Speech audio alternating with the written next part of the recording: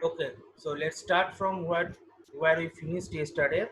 So yesterday we are discussing the transformation, and we finished up to this. That is the transduction by bacteriophage.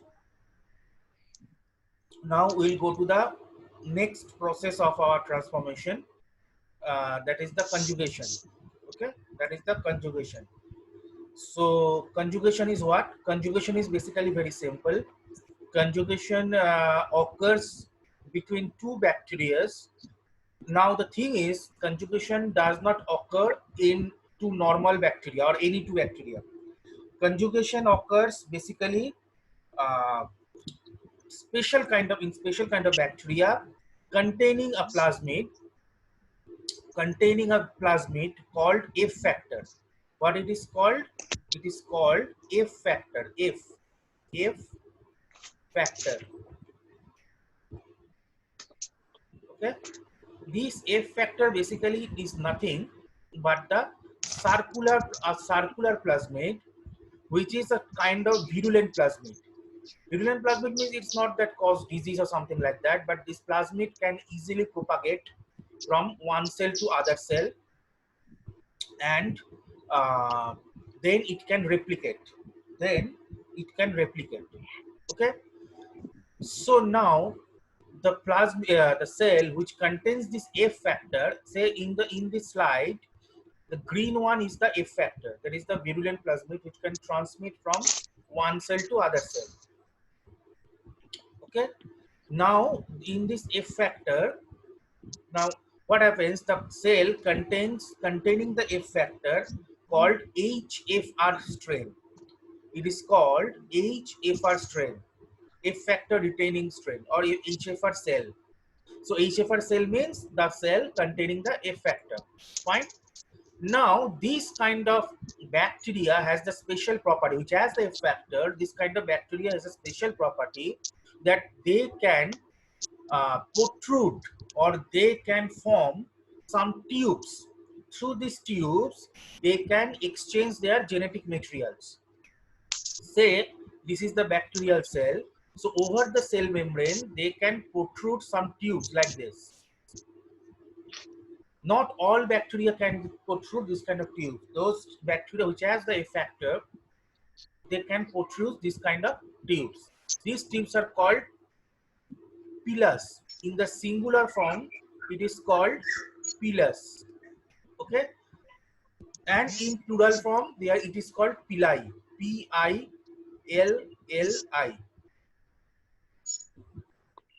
Okay. Pilus and pili. Okay. Singular form it is called pilus, and in plural form it is called pili. Now when this kind of bacteria comes in contact, now another one thing I should say, the bacteria which is having this F factor, also called F positive strain, also called F positive strain or F positive cell. Okay. So now when this kind of bacteria comes in contact with other kind of bacteria, they automatically protrude this kind of pilus or pili. Say this is one pilus. What is the function of this pilus?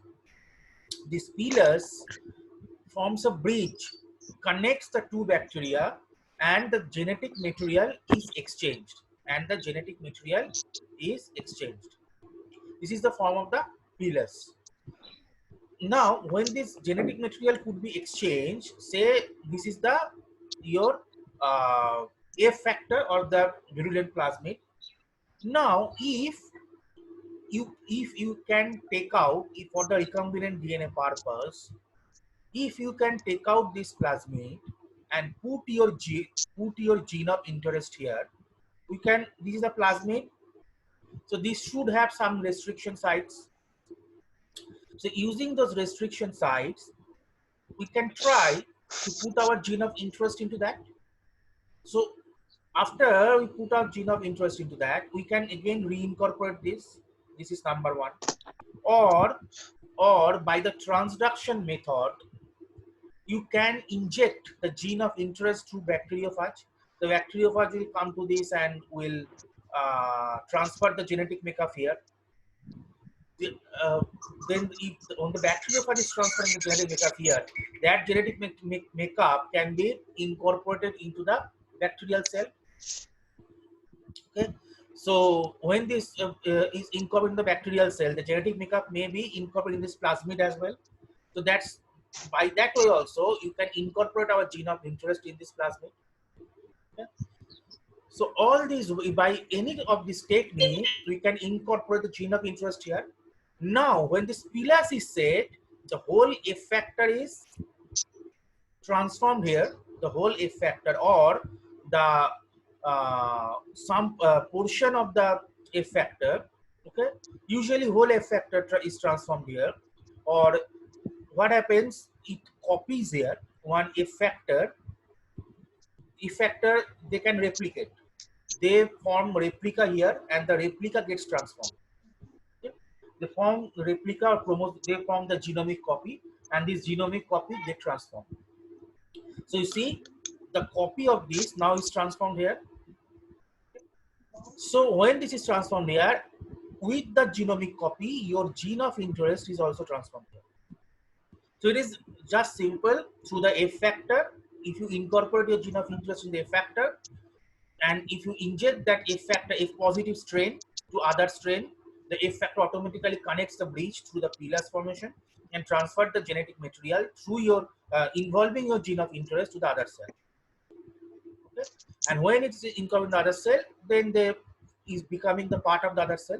And after the genetic conjugation is over, the two bacteria is again separated out from each other and they form the individual colonies. Now this genetic factor is recombined into this bacterial genome.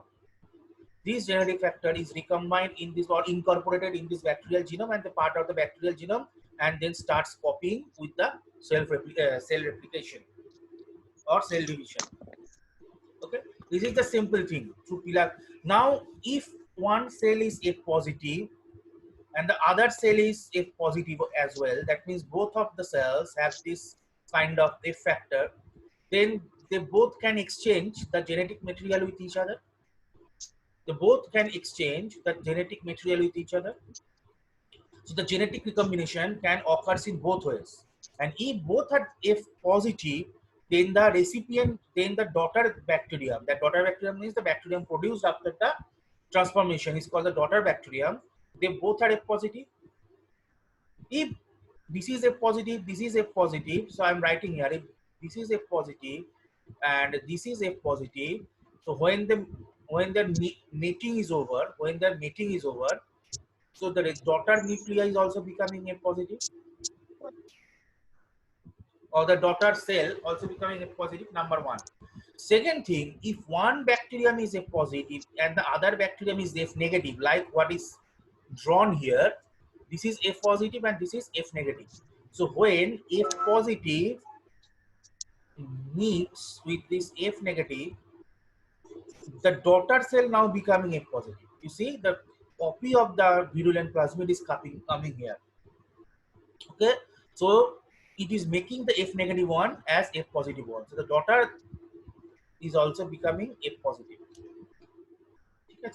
Because this one, the copy of this is coming to here. Okay, so when it will replicate out now, it will produce these virulent copies and it will produce that F positive strain. So F positive into F positive gives you F positive, F positive into F negative gives you F positive. And if both are F negative means what? They don't have this virulent factor, so there is no question of conjugation. If both are F negative, then there is no question of conjugation. So there is, so if anybody asks you what is the output if both are F negative, then the output is no conjugation. No conjugation. Okay? So through this, bacteria can transform their genetic material from one cell to other cell. And if trickily we can incorporate our gene of interest in one virulent factor, it will be transformed to other cells as well. Okay? These are the major methods of transformation. Now, one two things I can mention. I want to mention that these are the normal method transformation. Now, whatever we discussed, there is some basic methods of bacterial transformation or prokaryotic transformation. Basically, apart from electroporation can be acceptable or can be applied to all kinds of cells, but basically what we discussed are basically bacterial or prokaryotic ones.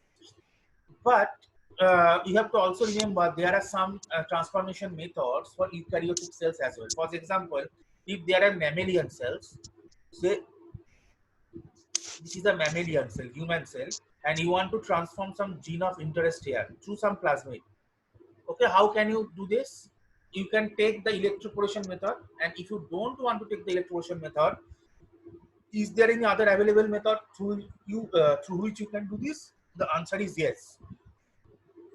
There are some available methods apart from electroporation through which you can do this. Example, I have given you one note 2 or 3 days back. You see there are some human vectors given. But what kind of human vectors you can use? Like adenoviral vectors, adenovirus, they can use their vectors. Then PCMV vectors. Then other PCV, these kind of vectors. So these kind of vectors first you need to choose for mammalian transformation. It's not that you can use the PAC19 or PAC18 or PEC21B. No. First you have to choose the vector trickily. Okay, not all vector will working in the mammalian cell. Okay, mainly the viral vectors work in the mammalian cell. Then how can you transform? The method through which you can do this is called transfection. That is called as transfection. Transfection means what? Usually for transfection we use liposome. That means we have the liposome like this. We know the I'm roughly drawing the liposome, something like that. Liposome has one polar head and polar head and non-polar tail like this. This is the liposome, right? So in the liposome, you give your gene of interest within the vector. In the liposome, you put some buffer, and in the buffer, you add that something, and then you put the gene of interest within the suitable vector. And then you culture the mammalian cells. You culture the mammalian cells in one, say, like petri dish or something like that. You culture the mammalian cells and just add the liposome here there. You add the liposome there, which contains the gene of interest. Now you need not do anything. Now the liposome will bind onto the mammalian cell, because liposome, the membrane is phospholipid in nature, and the cell membrane of us, that human beings, are also phospholipid in nature. So they will bind with each other, and the liposome will easily perfuse. The liposome will easily propagate through the cell membrane because it is lipoidal in nature. So the permeability coefficient will be very high. So it will easily be incorporated. It will be easily permeated through the cell membrane and will be incorporated within the cell. Once it will incorporate within the cell, then the liposome will do the drug delivery. Now here the delivery is not of drug, the delivery is of gene. So now it will slowly diffuse the gene out in the cell matrix. It will slowly diffuse the gene out through the cell matrix. The gene will not come out as such, it will come with the vector, but the vector entry of gene will slowly come out to the cell matrix by diffusion. And after it comes out, it will form the genetic recombination and it will start copying with the chromosome. So this method is called transfection. Okay, and this kind of thing, this kind of liposome is there are many derivatives of liposome are there, like some amine. The surface is modified with some amines so that it mimics the peptides or proteins on the cell membrane and it easily passes through, something like that. They are also called transfectamine. Transfectamine.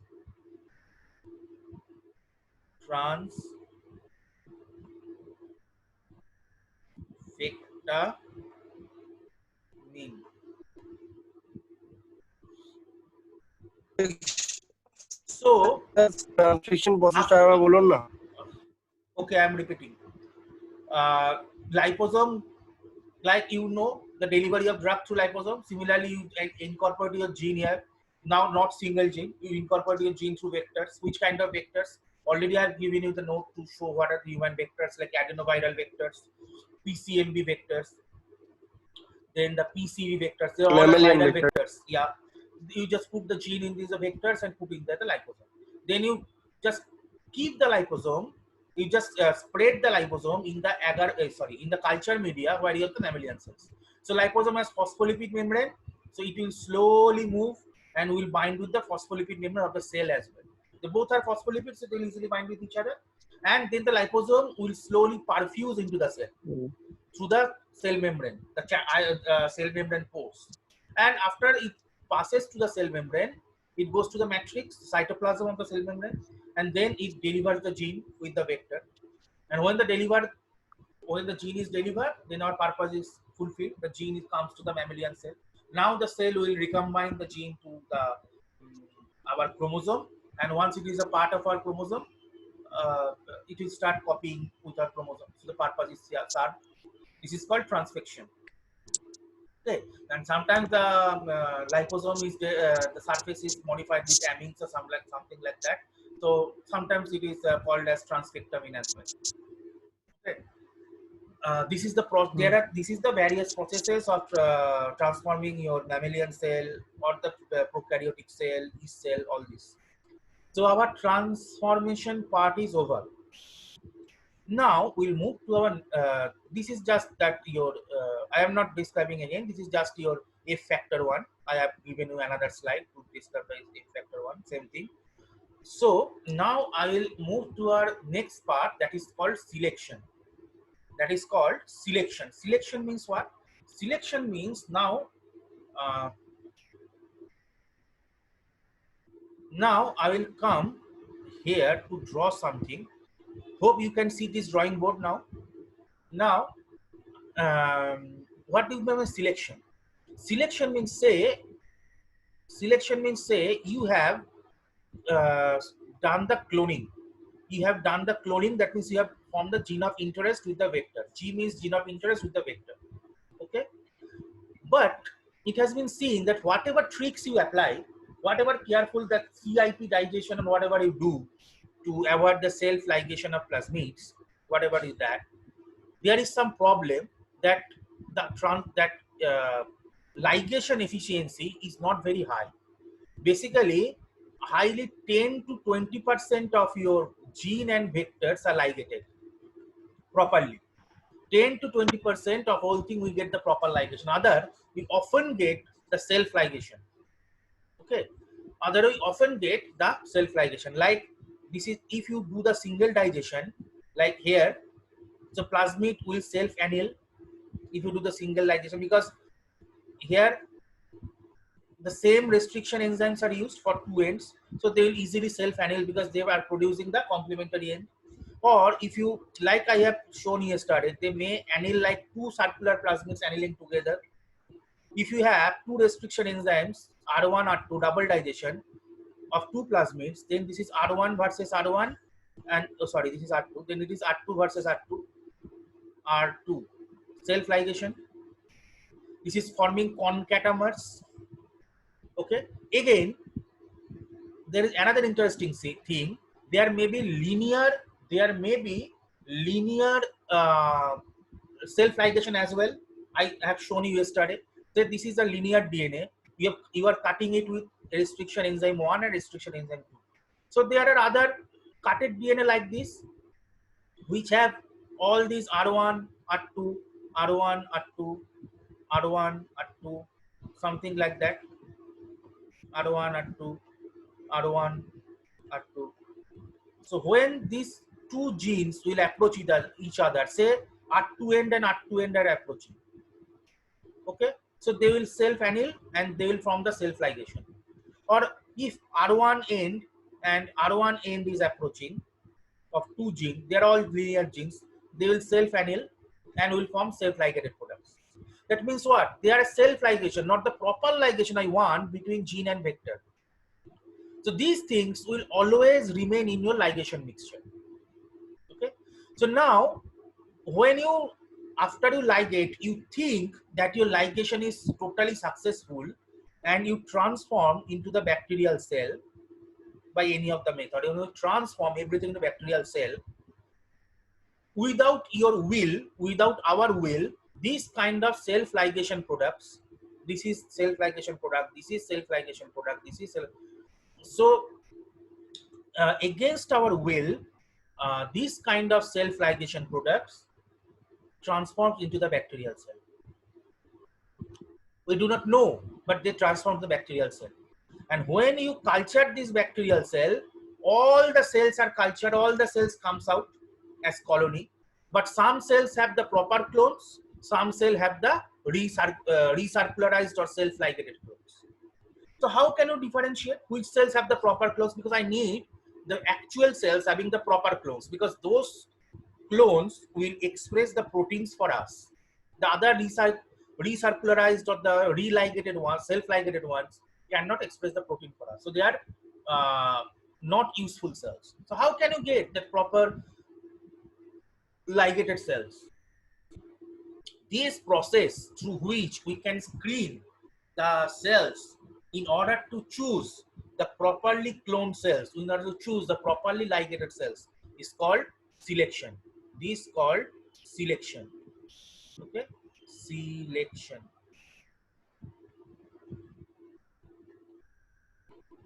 That means selection of the right clones. Okay, how do you do that? I have incorporated in the slide. I will send you the slide, you can see, but here I want to draw the things for you because I want to make it first you understand. So I am just cleaning the board a bit to make it cleaner.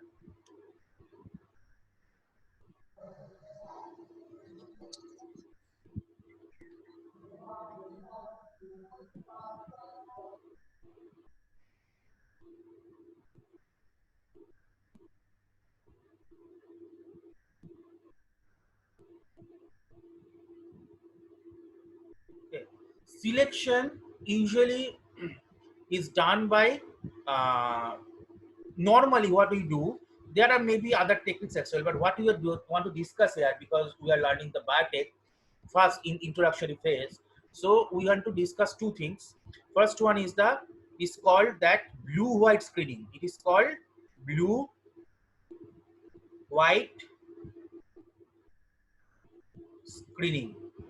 Blue white screening. Okay, blue white screening. And the second one is called mini prep or mini preparation. Mini prep. I'm writing in abbreviated. Mini prep means mini preparation. Okay, mini prep guided.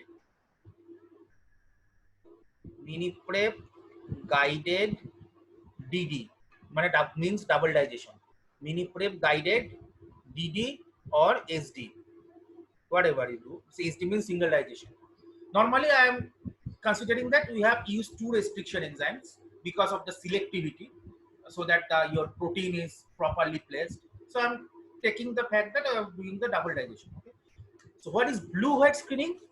Blue white screening is a screening. I'm telling you, there are some plasmids. You know now the very well about plasmids. I have already put one separate lecture on that. What the things, components are there in plasmid. Now, so there are plasmids like PAC19, okay, PAC19, which has the multiple cloning. Every plasmid has a multiple cloning site. Multiple cloning site, all the restriction sites are put here so that you can choose any one or any two of them. Or it is also called the polylinker site as well. Polylinker site, or it is called the polylinker site as well.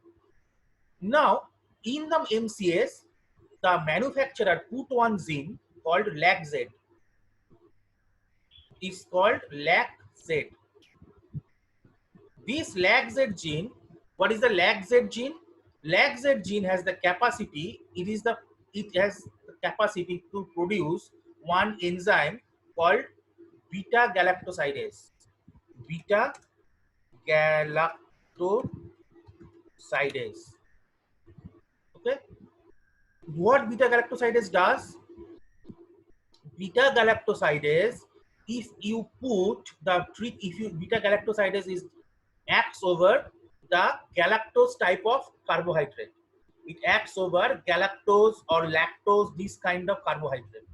To uh, like lactose. Lactose is a disaccharide. Okay, so it cleaves the lactose into two monosaccharides, glucose plus galactose. Okay, so beta galactosidase cleaves the disaccharides or this kind of galactose or lactose type of sugar. Especially it works on lactose to especially works on a sugar called allolactose. It works on a sugar called allolactose. Here we will not use allolactose, but just for our learning, I am telling that allolactose to cleave it into glucose plus galactose. But using this, how this property is utilized here, actually when it codes the enzyme beta galactosidase, we add two things. One is called IPTG. Okay, one is called IPTG. The full form of IPTG is isopropyl beta thiogalactopyranoside. Isopropyl beta galactopyranoside. What it does, it is a very structural. It has a very structural resemblance with this allolactose. It has a very structural resemblance with this allolactose. So it work on lac promoter. It work on lac promoter. Okay, lactose kind of molecules or allolactose kind of molecules are a structural similarity bearing molecules work on lac promoter and does the protein expression. So PAC19 has the lac promoter, so it works on them and activates this LAC-Z gene to express the protein. Now we add another thing called XGAL. We add another thing called XGAL. XGAL is the substrate for this enzyme here. So when you have this LAC-Z gene, you add the thing IPTG in the medium. What it does, it activates the lac promoter because of the structural similarity with allolactose, and the LAC-Z gene is expressed to encode the enzyme beta galactosidase. Now, if your medium is having the XGAL, if you have this XGAL in your medium, it works on it because it is the substrate and it forms a dye. It forms a dye. What is the dye? It is a blue colored dye. It is a blue colored dye. What is the full form of the dye? It is basically it is a 4' dibromo. Okay, then 5' dichloroindigo. Okay, 4' dibromo, 4' dibromo, 5' dichloroindigo. It's a kind of dye. Since it is an indigo derivative, so it is a blue colored dye. Now, how this trick is used in selection? How this trick is used in selection? Okay, first thing I forgot you to mention. The first selection is done by antibiotic resistance gene. That I forgot to mention. Antibiotic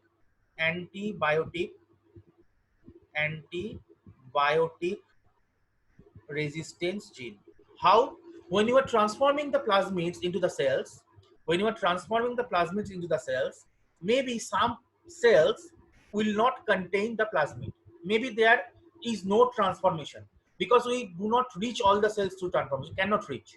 So the cells which is not having the plasmid, when you culture those cells will also grow, but those cells are totally null cells. We have to first to reject those cells. How can I reject? By use of antibiotic resistance gene. How? Each plasmid contains some antibiotic resistance genes. Like PAC, it contains ampicillin resistance gene. So first, in the culture media, you add the antibiotic. In the culture media, you add the antibiotic. So those cells which is having at least these plasmids, those cells which are at least having these plasmids can resist that antibiotic. Those cells, because they are producing this gene, they are expressing this gene, and since the gene is expressed from the plasmid, so those cells can cleave the antibiotics, can digest the antibiotics, and those cells will grow. So the cells which are not having this plasmid, that means which are null cells having nothing, and which are cells having only the linear DNA. linear delay do not have the amplicillin resistance gene, those cells will die. So first rejection over, first screening over, those cells do not having the plasmids, those cells are gone. So the cells only having the plasmid will be coming out from your culture. Now you do the blue-white screening. Now the trick is that you understand the dye formation from this LAGZ gene. Now the trick is that when you have the gene will be cloned here because this is the multiple cloning site. So you have to clone the gene here. So when you clone the gene here, when you put the gene of interest here, this is your gene of interest, the red one. When you put the gene of interest here, this LAGZ gene is chopped off, split off. This LAGZ gene is split off. Okay, you have to cut this portion, so the LAGZ gene is split off. If you don't cut this one, you cannot put the gene. So if you cut this with restriction sites, this LAGZ gene already gone, and then you can put your gene. So when this is split off, the beta galactosidase formation is not there. And when beta galactosidase formation is not there, if you add the IPT and XGAL in the media, they cannot form the blue dye. So they look white. They look white. So the properly cloned cells form white colonies. And the improperly cloned cells that is only having the plasmid, they form the blue colonies. Okay. So after transformation, if you culture everything on a petri dish, so first you add antibiotic. So first the cells are gone, which are not having the plasmid. Then you, in the petri dish where you are culturing the cells, you add this IPT and XGAL, and you incubate for like overnight or one day at 37 degrees Celsius. So cells will try to grow. Now both kind of cells will grow. That false positive, that means only having the plasmid, and the true positive, that is having the proper clone. Now you will see some blue colonies, you will see some white colonies. You will see some blue colonies, you will see some white colonies. The blue colonies, blue colonies means the LAGZ gene is intact. Intact means what? Your gene is not incorporated. And the white colonies means what? The LAGZ gene is split off. Why does it split off? Because your gene has come in. That's why you can separate which clones, which cells are having proper clones and which cell is not having the proper clones. So afterwards, you take the white colonies out, you take out the plasmids and do the protein expression or whatever you want to do. This is called blue-white screening. This is a very popular type of screening, but the condition is that if you want to use this screening, your plasmid should contain this LAGZ at the MCS. Not all plasmid contains the LAGZ as MCS. So not all plasmids will give you the blue-white screening, but if you have this one, then it is beneficial for you so that you can use the blue-white screening. Okay, so this is the blue-white screening, the first very important screening of our study. Next, we will go to the mini-prep guided double digestion or single digestion. What is mini-prep? Mini-prep is nothing but extracting the DNA out from the cell. The plasmid DNA is there inside your cell. You are, say your plasmid is not having the LAGZ. Now you cannot see any blue colonies or white colonies. All colonies will look alike. So now how can you separate the true clones and the false clones? So then you have to take out those, then you from visualization you cannot do anything. Then we have to randomly select like 6 or 5 or 6 colonies. We have to randomly select the 5 or 6 colonies. Okay? And we have to do the mini prep and we have to go for the double digestion or single digestion. Now, before coming to that, one important thing we should learn first, that is a DNA gel electrophoresis, because all these techniques have a very close relationship with DNA gel. Without DNA gel electrophoresis, you cannot go for selection, or you cannot, your study for recombinant DNA technology or PCR or respiration digestion is not over. So we'll try to have a look at recombinant DNA technology now. So I'll go to this paper. You see this paper, how the DNA gel electrophoresis is gone. DNA gel electrophoresis is